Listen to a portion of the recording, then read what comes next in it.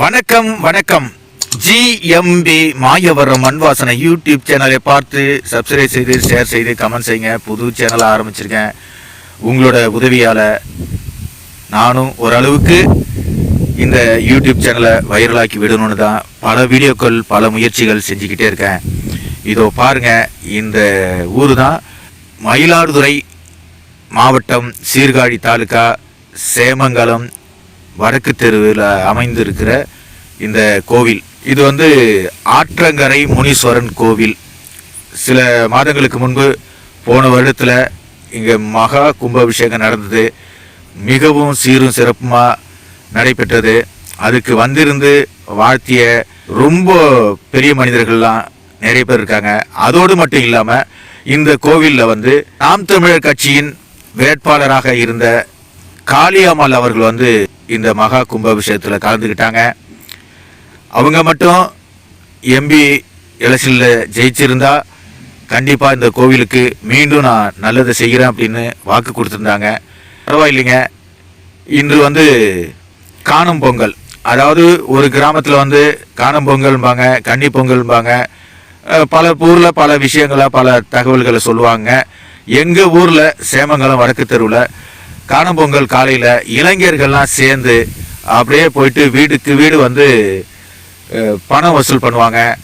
அதே போல் பழங்கள், அரிசி, வெல்லம் எதெல்லாம் சேருதோ அதையெல்லாம் ஒன்றா சேர்த்து, அதாவது இந்த கோவிலில் ஒவ்வொரு வருஷமும் கன்னி பொங்கல் அன்னைக்கு முனீஸ்வரனோட அருளால் மிக அருமையாக சமைச்சு அத்தனை பேருக்கும் வீடு விபூதி கொடுத்து பிரசாதம் கொடுப்பாங்க. ரொம்ப அருமையான அற்புதமான ஒரு காட்சி அமையும். இந்த வீடியோவை சவுண்டோட போடலான்னு பார்த்தா பாடல் ஒழிச்சிக்கிட்டு இருக்கு, மேலே சத்தம் ஒழிச்சிக்கிட்டு இருக்கு. அது காப்பிரைட்டாக ஆகியிருக்கு நிறைய முறை. அதனால தான் நான் பேச வேண்டிய சூழல் ஏற்பட்டது. இந்த கோவில் மிகவும் சிறப்பான ஒரு கோவிலுங்கிறத நான் எதுக்கு சொல்கிறேன்னா, நான் இந்துவாக இருந்து இஸ்லாத்தில் மாறினவங்கிறது எல்லாருக்கும் எல்லா வீடியோவிலையும் என்னோட கதைகளில் கவிதைகளில் எல்லாமே சொல்லிக்கிட்டு வரேன். இந்த கிராமத்தில் பிறந்தவன் தான் இந்த மோகன். எங்கள் அப்பா பேர் ஆறுமுகம்.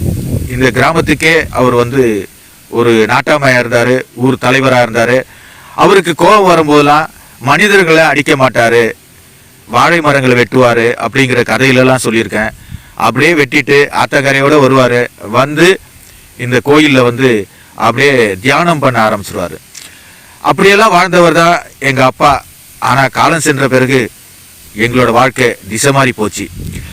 இதையெல்லாம் மீண்டும் மீண்டும் நான் சொல்கிறதுக்கு காரணமே இந்த ஊர் மக்கள் மிகவும் நல்ல ஒரு மனிதர்களாக இருக்கணும், நல்ல ஒரு பண்பாளர்களாக இருக்கணும், மற்றவங்களோட எந்த ஒரு விஷயத்திலையும் தலையிடக்கூடாது அப்படிங்கிறதுக்காக தான் மீண்டும் மீண்டும் நான் சொல்லிக்கிட்டு இருக்கேன்.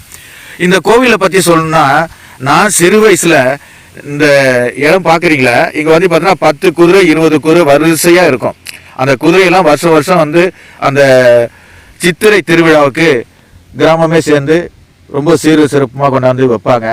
இங்கே நம்ம நினைச்ச காரியத்தை நிறைவேற்றுறதுக்காக பல நேரம் பல பேர் பல நாட்களாக இங்கே வேண்டுதல் வைப்பாங்க. அப்படி ஒரு சக்தியான ஒரு முனீஸ்வரன். இந்த முனீஸ்வரன்கிட்ட நான் அழாத காலங்களே இல்லை அந்த சிறு வயசில். ஆனால் அதுக்கு பிறகு நான் சென்னைக்கு வந்த பிறகு இஸ்லாத்தில் மாறிட்டேன். வெள்ளிக்கிழமை ஜிம்மா தொழுகையை கடைபிடிப்பேன். நேரம் கிடைக்கும்போது லுகர் தொழுகையை தொழுகுவேன். 30 நாள் நோன்பு முடிஞ்ச வரைக்கும் நான் நோன்பு வைப்பேன். இருந்தாலும் இந்த கிராமத்துக்கு நான் வரும்போது எங்கள் கிராமவாசிகள், எனது நண்பர்கள், மாமா, மச்சான், அண்ணன், தம்பி அத்தனை பேரும் என்னை எந்த அளவுக்கு தான் விரட்டினாலும், என்னை எந்த அளவுக்கு தான் வெறுத்தாலும் நான் அவங்கள வெறுக்கலை. அதுதான் இந்த வீடியோவாக நான் எடுத்து இந்த ஜிஎம்பி மாயவரம் மண்வாசனை யூடியூப் சேனலில் போடணும். முன்னாடி நான் அக்கா காளியம்மாள் அவர்கள் நாம் தமிழர் கட்சியில் வேட்பாளராக நிற்கும் போது அந்த வீடியோவை எடுத்து போட்டேன். சுமார் ஒரு 70,000 பேர் பார்த்து பாராட்டினாங்க. விளம்பரங்கள்லாம் வந்தது. ஏனோ என்னோட நேரம் சரியில்லைன்னு நான் நினச்சிக்கிட்டேன். அந்த சேனல் முடக்கப்பட்டது. மீண்டும் சொல்கிறேங்க, இந்த ஜிஎம்பி மாயவரம் மண்வாசனை யூடியூப் சேனலை பாருங்கள். பல தகவல்களை பல நிகழ்வுகளை நல்ல ஒரு வீடியோவாக போட்டு தான் நான் வைரலாக்கணும்னு ஆசைப்பட்றேன். இந்த கிராமத்தில் இந்த முனீஸ்வரன் வந்து கம்பீரமா நிக்கிறார் இல்லைங்களா, ஒரு குதிரையை கையில பிடிச்சிட்டு கம்பீரமா நிக்கிறார் இல்லைங்களா, அவர் வந்து பலரோட கனவுல வந்திருக்காங்க, பலரோட கனவுல வந்து தகவல் சொல்லுவாராம். அந்த அளவுக்கு வீரமான ஆற்றங்கரை வீர முனீஸ்வரன் சொல்லுவாங்க. அப்படி இந்த கிராமத்துல சிறு வயசுல நான் இருந்து ஒன்னொன்னையும் பார்த்து ஒன்னொன்னையும் கேட்டு என் மனசுல வந்து நிறைய புதைஞ்சு கிடக்கு. இந்த முனீஸ்வரன் கோவில்ல ஒரு காலகட்டத்துல எனக்கு ரொம்ப சிறு வயசு, நான் வந்து மிகவும் கஷ்டப்பட்டேன். எங்க அம்மா ஒரு பக்கம், என் தம்பி ஒரு பக்கம், எங்க அக்கால கல்யாணம் பண்ணி போயிட்டாங்க. இந்த நிலம் வந்து எங்களோட நிலம், எங்க நிலத்தெல்லாம் வித்துட்டாங்க. அப்படிங்கும்போது இந்த கோயில்ல வந்து காலையில குளிச்சுட்டு அப்படியே ஈர துணியோட வந்து அப்படியே ஆப்டோசர் போட்டு உட்காந்து அழுதேன். எனக்கு என்ன வழிகாட்டு, என்னை எப்படியாவது மனுஷனாக்கு, எங்க அப்பா வந்து உன்னை வந்து வணங்கினாரு, அதனாலதான் உங்ககிட்ட நான் வந்து நிக்கிறேன் அப்படின்ட்டு நான் வந்து வேண்டியிருக்காங்க. அதன் பிறகுதான் நான் வந்து நிலத்துக்குடி போனது, அங்க போயிட்டு விவசாயம் பார்த்தது, அங்க போய் ரொம்ப சந்தோஷமா இருந்தேன். அதன் பிறகு இறைவன் காட்டிய வழியால நான் சென்னைக்கு வந்தேன். சென்னைக்கு வந்து ஒரு இஸ்லாம் வீட்டில் MS அப்துல் மஜித்ங்கிற ஒரு வீட்டில் நான் சேர்ந்து அங்க வந்து நான் இஸ்லாமியனா மாறி இதுவரைக்கும் அந்த இஸ்லாம் முறைப்படி தான் வாழ்ந்துகிட்டு இருக்கேன். இனிமேல் வாழ்வேன். நான் மவுத்தாகிட்டேனா என்ன ஒரு இஸ்லாமியனாவே கபிர்ஸ்தானுக்கு கொண்டு போகணும் அப்படிங்கிறதா என்னோட வேண்டுகோள். இதையெல்லாம் சொல்றேன்னு நினைக்காதீங்க. இந்த கோயில் அவ்வளவுக்கான சக்தியான கோயிலா இருந்ததுனால தான், இந்த கோவில்ல வந்து நான் வேண்டிக்கிட்டதுனால தான், எங்க நலுத்துக்குடியில உள்ள செல்லியம்மன் கோவில்ல வேண்டிக்கிட்டதுனால தான் நான் சென்னைக்கு வந்தேன். சென்னைக்கு வந்ததுனால தான் நான் இஸ்லாமியனா மாறினேன். இதையெல்லாம் நீங்க தெரிஞ்சுக்கணும். ஏன்னா சில பேர் சொல்றாங்க பணத்துக்கு ஆசைப்பட்டு சோத்துக்கு ஆசைப்பட்டு இஸ்லாமியனா மாறினியான்னு. இல்லைங்க, நான் மனிதனா வாழணும், மனிதனா இருக்கணும், மனிதனா முன்னேறணும் அப்படிங்கிற ஒரு எண்ணத்துல தான் அந்த சிறு வயசுல நான் இஸ்லாம்ல சேர்ந்தேன். இன்று வரைக்கும் இஸ்லாமத்துல இருக்கிற என்னோட பிள்ளைங்க, என்னோட பொண்ணு, என்னோட மனைவி அனைவருமே இஸ்லாமியரா வாழணும். 5 வேளை தொழிலனா கூட ஒரு வேளையாவது தொழணும், நோன்பு வைக்கணும், தானா தர்மம் கொடுக்கணும் அப்படின்னு தான் நான் ஆசைப்படுறேன். அது சில நேரத்தில் நடக்க மாட்டேது, நடக்கணும் அப்படிங்கிறதுக்காக தான் இந்த வீடியோல கருத்தா சொல்றேன். இப்போ பார்த்தீங்கன்னா இந்த கோவில்ல படையல் போட்டு அப்படியே வரிசையா எல்லாரும் உட்கார வச்சு அந்த பொங்கல் கொடுப்பாங்க. அவ்வளோ டேஸ்டா இருக்கும். இதை பூஜை பண்றாங்க பாருங்க.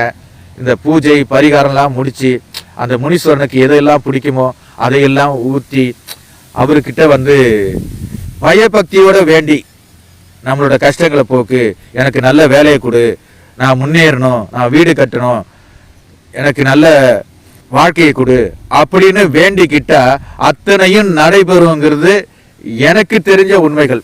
இந்த ஆற்றங்கரை முனீஸ்வரன் வந்து எங்க தாத்தா காலத்திலேருந்து எங்க அப்பா காலத்திலேருந்து ஒவ்வொருத்தரும் ஒவ்வொரு காலகட்டத்தில் இந்த கோவிலில் வந்து நல்ல விதமாக சாமி கும்பிட்டு நல்ல விதமாக பூஜை போட்டு பரிகாரம் பண்ணி ரொம்ப சீரும் சிறப்புமாக இருந்த ஒரு கோவில் தான்.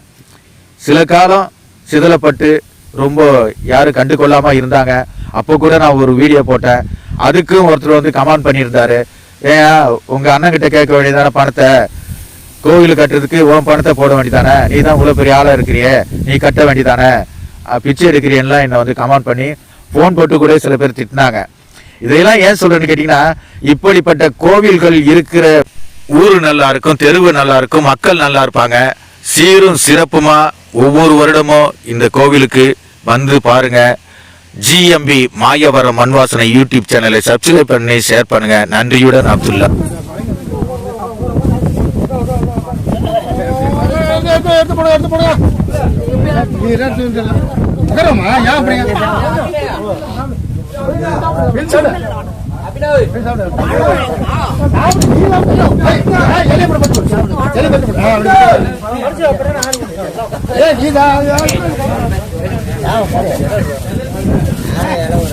Yeah.